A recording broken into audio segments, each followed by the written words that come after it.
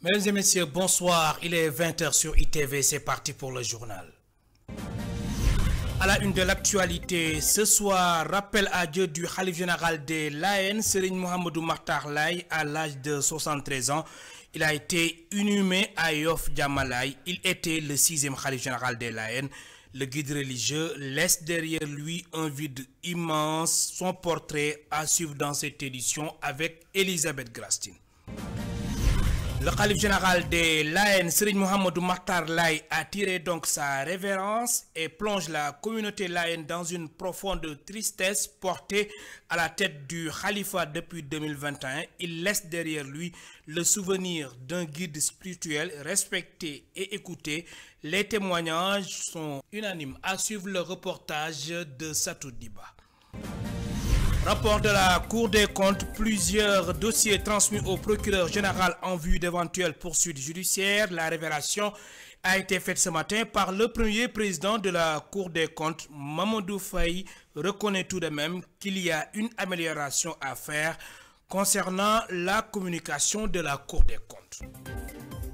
Rapport annuel du médiateur de la République, 300 réclamations enregistrées en 2024. L'annonce est faite par le médiateur Demba Kandji. Il a restitué son rapport annuel lors d'une rencontre avec la société civile sénégalaise. Le foncier urbain était également au menu des discussions. Voilà pour les titres. Dans un instant, le développement.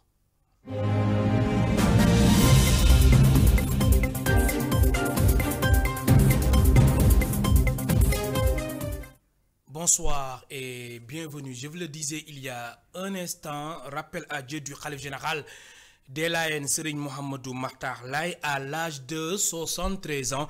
Il a été inhumé tôt le matin à Yoff Diamalaye. Il était le 6e Khalif général des Layènes. Le guide religieux laisse derrière lui un vide immense. Elisabeth Grastine nous dresse son portrait. Regardez. Le Sénégal pleure aujourd'hui Serigne Mouhamadou Makhtar Laye, Khalif général des Layènes, rappelé à Dieu cette nuit à l'âge de 73 ans. Il a pris la tête de la confrérie en août 2021 après le décès de Serigne Abdoulaye Thiaw Laye, devenant ainsi le 6e Khalif des Layènes.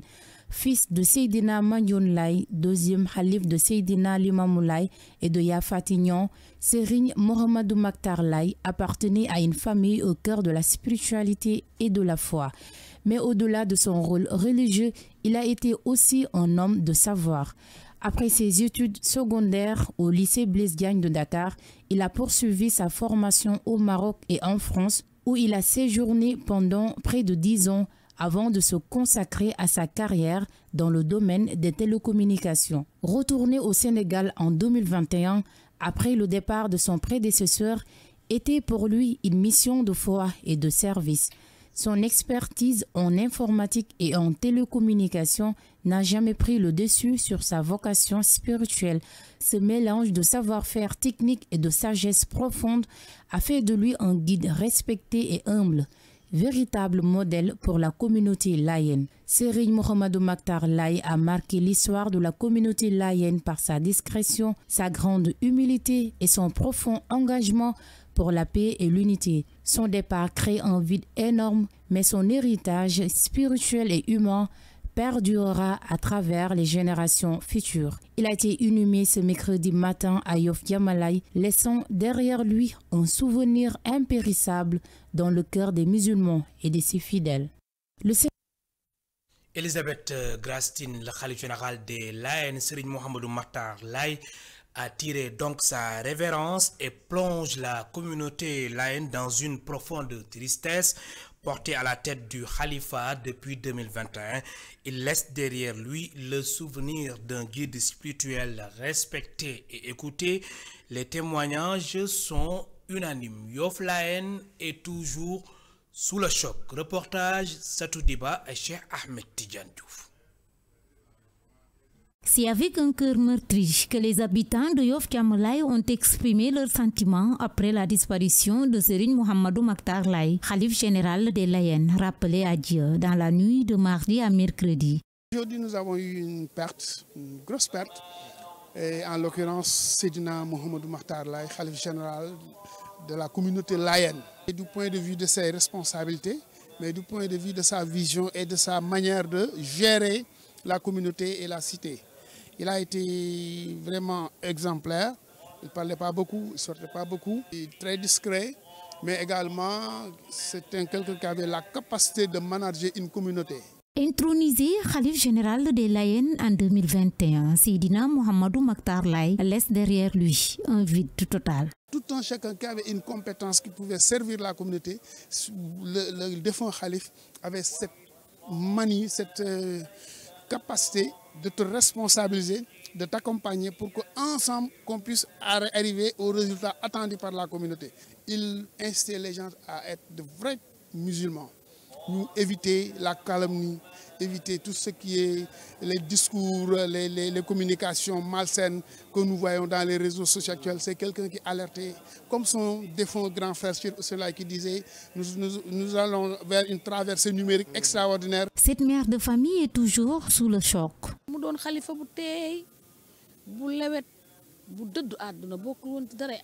Il était un khalife très discret qui est parti à jamais.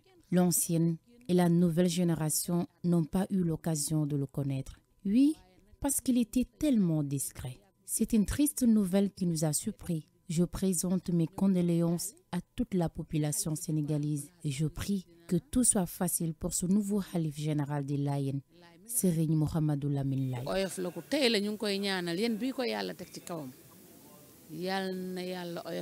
Un khalife très discret qui appelait la population à la paix, d'éviter les discours haineux dans les réseaux sociaux. Il sera désormais remplacé par Serigne Mouhamadou Lamine Laye. Discret mais profondément respecté, le défunt khalife général des Layènes s'est éteint à jamais. Il est désormais succédé par son frère cadet Serigne Mamadou Lamine Laye. Babacar Sow, membre de la cellule de communication de la communauté Layène, revient sur cette transition. Il est joint au téléphone par Antoine Diouf. Une grosse perte parce que c'était quelqu'un qui était très effacé, quelqu'un qui était très discret. Beaucoup d'entre nous, jeunes fidèles Layènes, ne le connaissaient pas parce qu'après ses études ici au niveau du Sénégal, il est parti renforcer son éducation, son apprentissage au niveau du Maroc, du royaume chérifin, avant de rejoindre la France où il a eu un diplôme d'ingénieur en télécommunication. Donc après son retour, c'est quelqu'un qui est resté très discret, qui est resté auprès de ses grands frères et ses pères, où il était quand même dans la cour de Seydina Abdoulaye Thiaw Laye, l'ancien calife. Suite au rappel à Dieu de Seydina Mohamedou Makhtar Laye, fils de Seydina Magnon Laye, qui était le 6e calife de Seydina Limamou Laye al-Mahdi. Sa succession sera assurée par Mohamedou Lamine Laye, qui fut le porte-parole du calife, et de même de l'ancien calife. Donc c'est lui qui est aujourd'hui le fils de Seydina Ababakar Laye, qui était le dernier fils de l'imam. Donc c'est Mohamedou Lamine Laye qui devient ainsi le nouveau calife général des Layènes. Rapport de la Cour des comptes, plusieurs dossiers transmis au procureur général en vue d'éventuelles poursuites judiciaires. La révélation a été faite par le premier président de la Cour des comptes. Mamadou Faye reconnaît tout de même qu'il y a une amélioration à faire concernant la communication de la Cour des comptes. Mamadou Faye, premier président de la Cour des comptes, je propose de l'écouter. Ses propos sont recueillis par Aram Falnao et Moussa Dia. Alors, nous avons fait ce que nous avions fait, c'est-à-dire que les procédures, la règle fondamentale, c'est que nous avons des procédures secrètes, écrites et contradictoires. Et sur ce rapport, ces procédures-là ont été respectées parce que quand nous avons fini d'élaborer le rapport provisoire, nous l'avons transmis à l'entité qui nous avait remis le rapport sur les finances publiques, à savoir le ministère des Finances. Donc la contradiction entre la Cour et le ministère des Finances a été bel et bien assurée. Maintenant, l'autre contradiction entre le ministère des Finances et les autres autorités épinglées ou entités épinglées, cela ne relève pas de notre ressort. Vous savez, quand la Cour fait un rapport, la Cour instruit à charge et à décharge.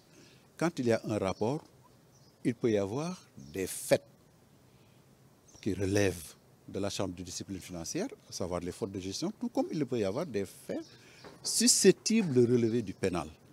Et à partir de là, la Chambre concernée, compétente, se réunit et fait un déféré pour la Chambre de discipline financière et un référé pour les autorités judiciaires. C'est comme cela. Maintenant, le financier ne tient pas le pénal en l'état, tout comme le pénal ne tient pas le financier en l'état. L'exploitation qui en serait faite du judiciaire, je ne dis pas que ne nous concerne pas tellement, mais ne nous préoccupe pas, parce que quand même, le judiciaire va mener ses enquêtes selon ses procédures, selon son timing. Tout comme au niveau de la Chambre de discipline financière aussi, nous allons mener nos instructions et réserver une certaine suite au dossier. Mais tout ce que je peux vous dire, c'est qu'aussi bien pour les poursuites pénales que pour les poursuites financières, les dossiers sont déjà envoyés au procureur général de la Cour des comptes, qui ne manquera pas de saisir la Chambre de discipline financière, et aussi au ministre de la Justice pour ce qui est susceptible de relever du pénal.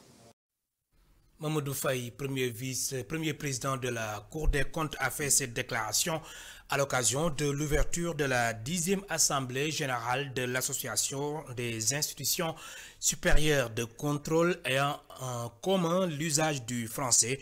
Le thème de cette année est « Enjeux des changements climatiques au sein des institutions supérieures de contrôle ».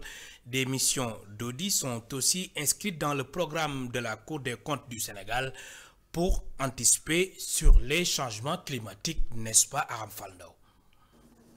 Les enjeux des changements climatiques au sein des institutions supérieures de contrôle francophones, quelle adaptabilité pour ces institutions? Ce thème choisi pour la 10e Assemblée générale de l'Association des institutions supérieures de contrôle ayant en commun l'usage du français se justifie pleinement car celles-ci sont au cœur des activités de contrôle des cours des comptes, indique le président de la Cour des comptes du Sénégal et président de la dite association. Comme la Cour des comptes, partout où se trouve le franc public, la Cour des comptes doit y veiller.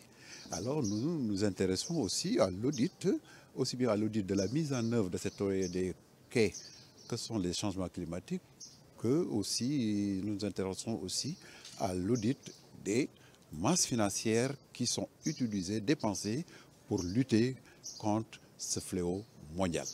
Pendant 3 jours, les membres discuteront des activités des cours francophones face au changement climatique selon Gladys de Castries, représentante du secrétaire général de l'association. On va parler donc de changement climatique, comment les cours des comptes appréhendent ce sujet-là, qui au fond est une dette comme l'est la dette financière, la dette environnementale. Et puis on va aussi parler de contrôle qualité, parce que vous l'évoquiez il y a un instant, nos rapports ils sont rédigés selon des procédures robustes, pour faire en sorte qu'au fond, ils puissent s'inscrire dans le débat public, mais qu'ils soient publiés avec toutes les garanties de procédure, d'indépendance, de collégialité, de contradiction, qui sont au fondement de nos institutions. Tout comme les autres instances de contrôle, la Cour des comptes du Sénégal a également une mission d'utilité économique et sociale. Cela l'amène d'ailleurs à anticiper des missions d'audit relatives au changement climatique, ajoute le président. La Cour des comptes du Sénégal, qui a l'habitude d'anticiper, s'intéresse à l'audit de la mise en œuvre elle-même des objectifs de développement durable. Et c'est dans ce cadre-là que nous avons inscrit dans notre programme de contrôle pour 2025 3 missions d'audit, dont l'ORSEC, que vous connaissez bien, parce qu'il porte sur les inondations. Après 3 années à la tête de cette association, cet événement marquera également la passation de témoins entre Mamadou Faye et son successeur. À l'instant, le compte-rendu d'Aram Falndao et Moussa Dia. Rapport annuel du médiateur de la République, 300 réclamations enregistrées en 2024. L'annonce a été faite par le médiateur Demba Kandji. Il a restitué son rapport annuel lors d'une rencontre avec la société civile sénégalaise. Le foncier urbain était également au menu des discussions. Le point avec Neyali Fall et Pape Mafal Fall. Au cœur des discussions avec la société civile sénégalaise, le médiateur de la République est revenu sur les nombreuses réclamations pertinentes contenues dans ce document. Nous sommes autour de 300 réclamations réellement, disons, pertinente, hein, parce qu'il y a des réclamations qui nous parviennent et qui n'ont pas de fondement, qui ne sont pas donc plus ou moins comptabilisées. Mais c'est dans l'ordre de 300 lettres. Le rapport parle de 271 ou quelque chose comme ça, subdivisé en foncier, la majorité, le reste relatif à des situations administratives, des fonctionnaires, bon, et d'autres réclamations. Poursuivant, il revient sur le non-respect des décisions de justice. Demba Kandji insiste également sur la question du foncier urbain qu'il juge aujourd'hui moins problématique. Vous savez, le médiateur, avec la récurrence des réclamations, se rend compte que l'État lui-même n'exécute pas les décisions de justice qui le condamnent. C'est vis-à-vis de l'État et des organismes, disons, plus ou moins concernés par les missions du médiateur. La puissance publique doit quand même être la première à s'incliner devant une décision qui la condamne. Les ministres répondent. Si les ministres ne répondent pas à mes sollicitations, je peux en faire part à la haute autorité dans mon rapport. Parce que le rapport annuel est destiné à ça. Les ministres plus ou moins récalcitrants, rien ne m'empêche moi de signaler leur comportement. Mais heureusement qu'il n'y en a pas beaucoup. Concernant le suivi avec les ministères, le médiateur de la République a assuré que tous les ministères concernés répondent favorablement aux réclamations. Le foncier urbain, oui, le foncier urbain présente, pour moi, présente moins de difficultés que le foncier rural. Parce que ce sont des acteurs qui, en cas de litige, s'appuient sur des titres. Ce qui n'est pas le cas du foncier rural, qui est administré encore par des considérations coutumières et dont la gestion débouche très souvent sur des conflits malheureusement sanglants. Moi, mon souci aujourd'hui, ce n'est pas le foncier urbain. Le médiateur de la République a réitéré son engagement à poursuivre son rôle de trait d'union entre les citoyens et l'administration pour une gouvernance plus équitable et transparente. Neyali Fall, merci. La conférence des établissements privés d'enseignement supérieur du Sénégal a tenu son assemblée générale exceptionnelle. Ce matin, la CEFES veut tout simplement engager le processus de la reconnaissance assurance qualité. Selon ses membres, 70% des établissements privés réussissent par rapport à l'habilitation après l'agrément. Ils invitent l'État du Sénégal à accompagner ce processus. Je vous propose d'écouter Dr Jean-Marie Latirsen, président de la CEPES, comprenez conférence des établissements privés d'enseignement supérieur du Sénégal. Le ministre a fait une sortie récemment pour parler de la qualité au niveau des établissements d'enseignement supérieur. Nous voulons sensibiliser nos membres pour qu'ils puissent entrer dans le processus d'assurance qualité qui consiste dans un premier temps à disposer d'un agrément, disposer d'une habilitation et de faire accréditer nos diplômes de manière à ce que nos étudiants puissent intégrer et la fonction publique et puissent aussi au niveau des organisations partenaires qu'ils puissent les recruter et disposer de diplômes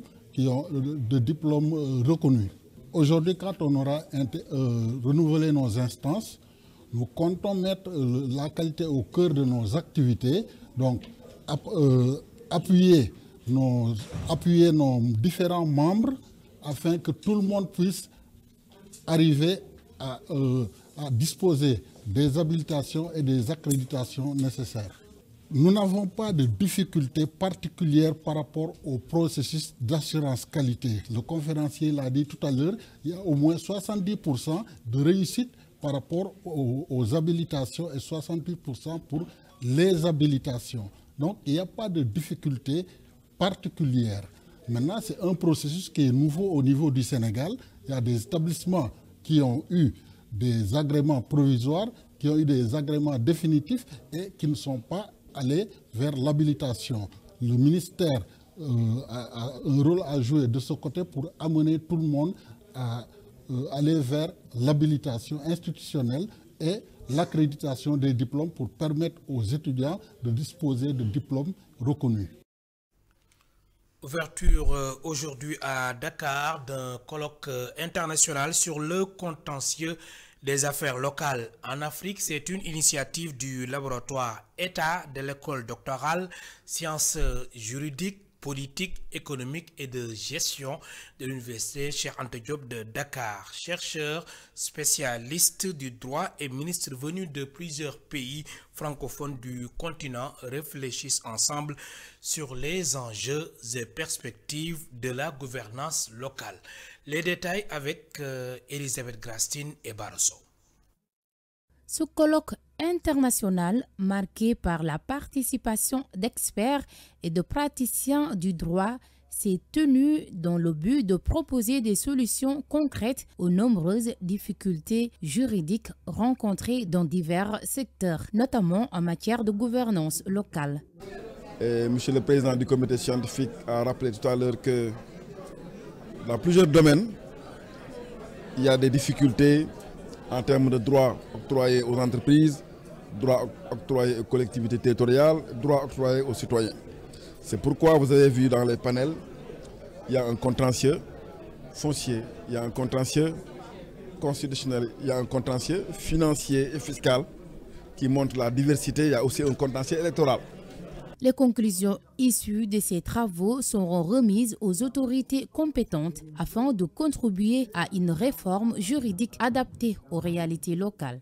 De sorte que, à la suite de ces 2 jours de réflexion, il y aura un cahier de recommandations qu'on va rédiger et qu'on va soumettre à qui de droit pour permettre à toute la communauté d'améliorer les relations entre l'État et les collectivités territoriales et de façon générale notre système de décentralisation, puisque justement on est dans le contexte des pôles territoires. Ce colloque, centré sur le contentieux des affaires locales en Afrique, se poursuivra jusqu'au 10 avril. Plusieurs thématiques majeures restent à l'ordre du jour. La mission est d'aboutir à des recommandations concrètes et applicables.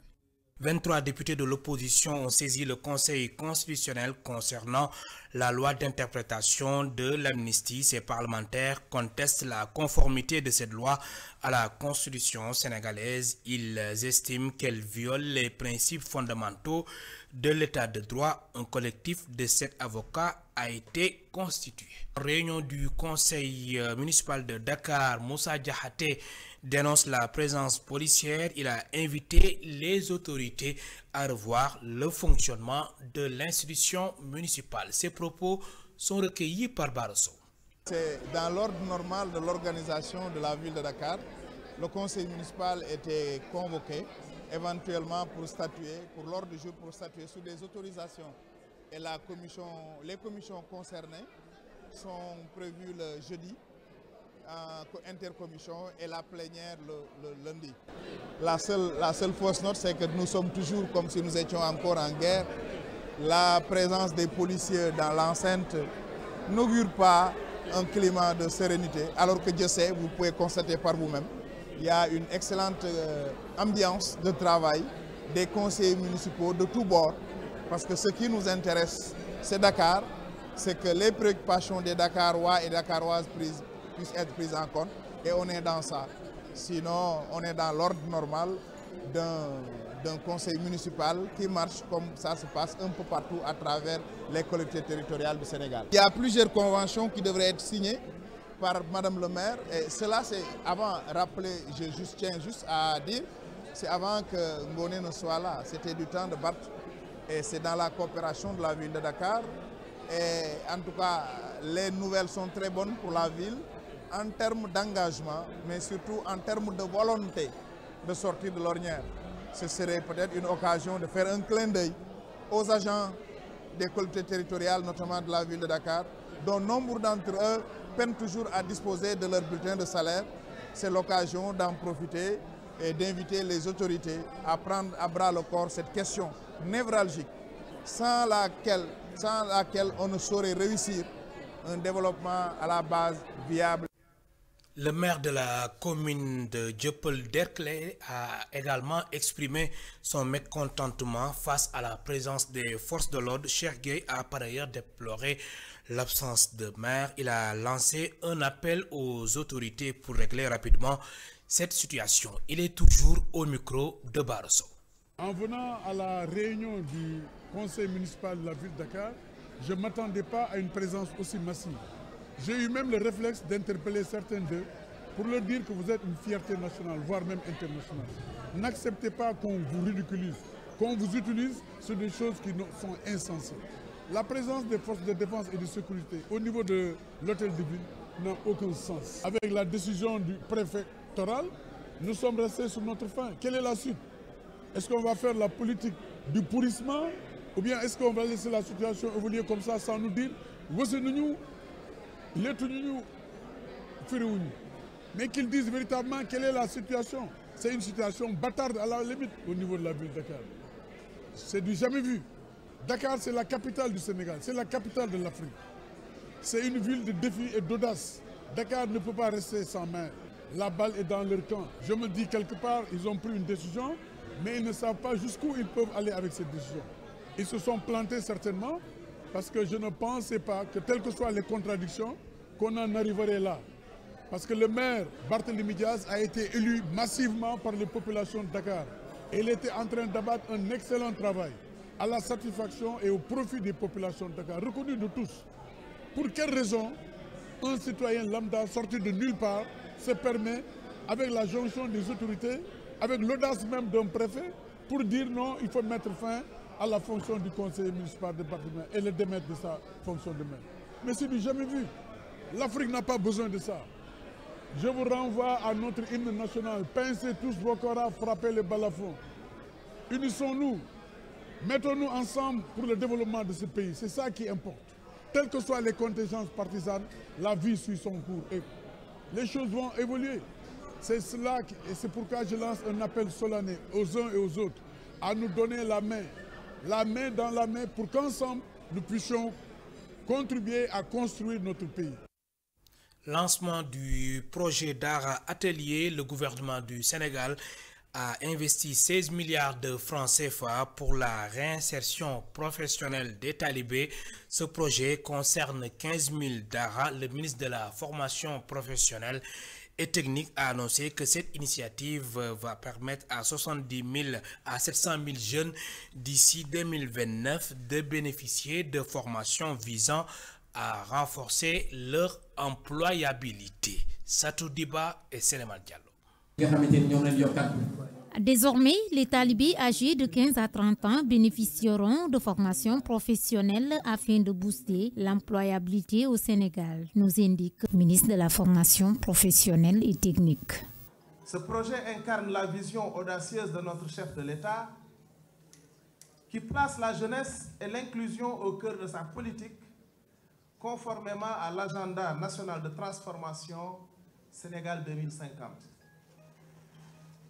Le Sénégal, sous l'impulsion du président de la République, a fait de la formation professionnelle et technique un levier stratégique pour... Honorables guides religieux, chers participants, les daara, piliers de notre patrimoine éducatif et spirituel, joueront désormais un rôle clé dans le développement de compétences techniques.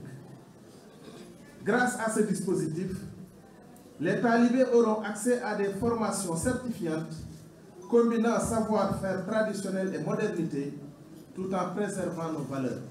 Avec un financement de 16 milliards de francs CFA, le ministre rassure que ce projet sera d'une importance capitale pour bâtir l'avenir des enfants. Pour l'emploi des jeunes, avec 16 milliards de francs CFA investis pour former 15 000 pensionnaires des daara dans des métiers porteurs, ce projet témoigne de notre volonté commune d'offrir à chaque enfant, chaque jeune, des outils pour bâtir son avenir.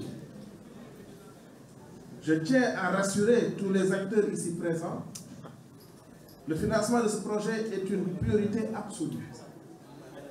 Les fonds nécessaires sont sécurisés et seront déployés avec transparence pour garantir la réalisation des ateliers de référence et l'accompagnement des talibés vers l'insertion professionnelle. Présent à la cérémonie de lancement, le président du Conseil supérieur des maîtres coraniques salue l'initiative et souligne que le recrutement doit se faire à partir de 16 ans. Ça fait partie de nos revendications. C'est une bonne initiative parce que ça va aider pour que les produits des Dara, non seulement peuvent être des maîtres coraniques, des imams, etc., mais ils peuvent encore contribuer à la construction du Sénégal.